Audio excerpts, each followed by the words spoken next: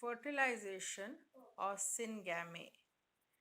In this particular topic, we will see the fertilization of the female nucleus by the male nucleus. For that, let's get an idea about the female reproductive tract.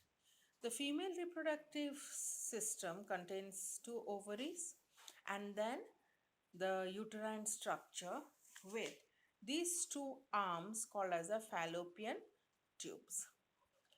The ovary at the time of ovulation releases a secondary oocyte.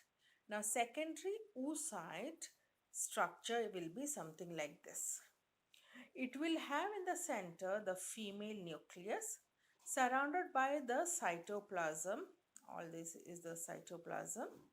Okay. Then covered by oolemma, that is a plasma membrane of the egg, the oocyte, not the oocyte. Then it has another membrane, you see this thick one, membrane, which is called zona pellucida. And on the zona pellucida, all the cells are present, the follicular cell which comes out, but now we give it a new name called as corona radiata. So this is the structure of the secondary oocyte which will be released from the ovary at the time of ovulation. Once released, it enters a fallopian tube and reaches this particular area called as the ampulla, and it waits here. So the site of fertilization is specifically the ampulla of the fallopian tube. So the oocyte will wait here for the sperm to come and fertilize it. Now, oocyte, once released from the ovary, is viable, means active, for 12 to 24 hours in that particular area of the fallopian tube. Whereas sperm once deposited in the female tract is viable for around 5 to 6 days. So here in this area, the sperms in that is the semen will be deposited. There will be millions of sperms that will be deposited. Of the millions of sperm, only few hundreds will be able to reach the ampulla of fallopian tube for fertilization. Majority of them will be killed by the acidic pH of the female tract, the body temperature of the female, and also by the phagocytosis, the defense mechanism of the female tract. And plus, these sperms here at present are not very motile or capable of movement. So they try very hard to move, that leads to exhaustion and their death. Plus, very important factor is that only those sperms which will undergo the final maturity process called capacitation will move further. So this capacitation is the process wherein the sperm are made capable to fertilize the female secondary oocyte.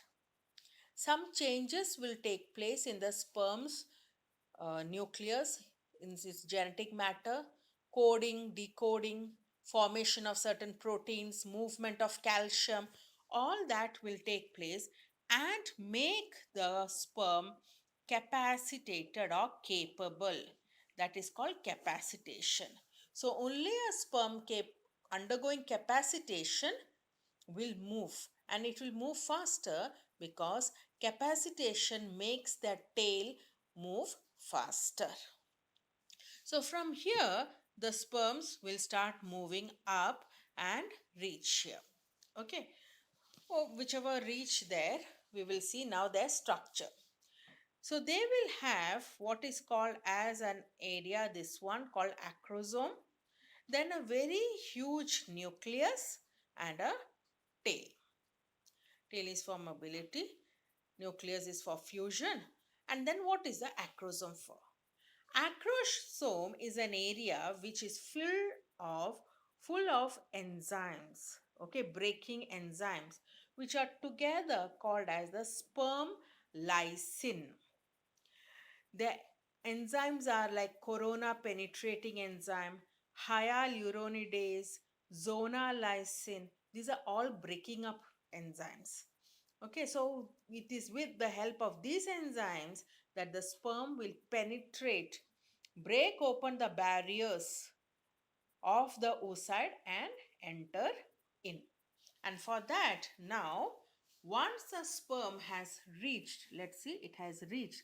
This is the corona radiata, zona pellucida, and oolemma. So inside is the nucleus and all that. So sperm has reached here. Once the sperm reaches close to the secondary oocyte, it undergoes a reaction called as acrosome reaction. Now, what is acrosome reaction? Acrosome reaction, the sperm's acrosome area, this one, will burst open, releasing all that enzymes out. That enzymes are going to break down the first, the corona radiata of this particular area, then zona pellucida of this area, and the sperm can enter in. It is like the sperms is drilling inside the oocyte. It will drill inside the oocyte. So that is what is acrosome reaction. So now the sperm has entered in. So this is the zona pellucida. Let's see the cortical of whatever is remaining on the sides are still there. Corona radiata, and sperm has entered in. So now when the sperm is entering in, so this is zona pellucida. It has penetrated zona pellucida, enter in, and this is the oolemma, normal. When the sperm is coming in, the oolemma will raise up like this, okay, and go in contact with the sperm. So it has raised up. Now here you say it is actually flat, but here it has raised up. So now this raising up of the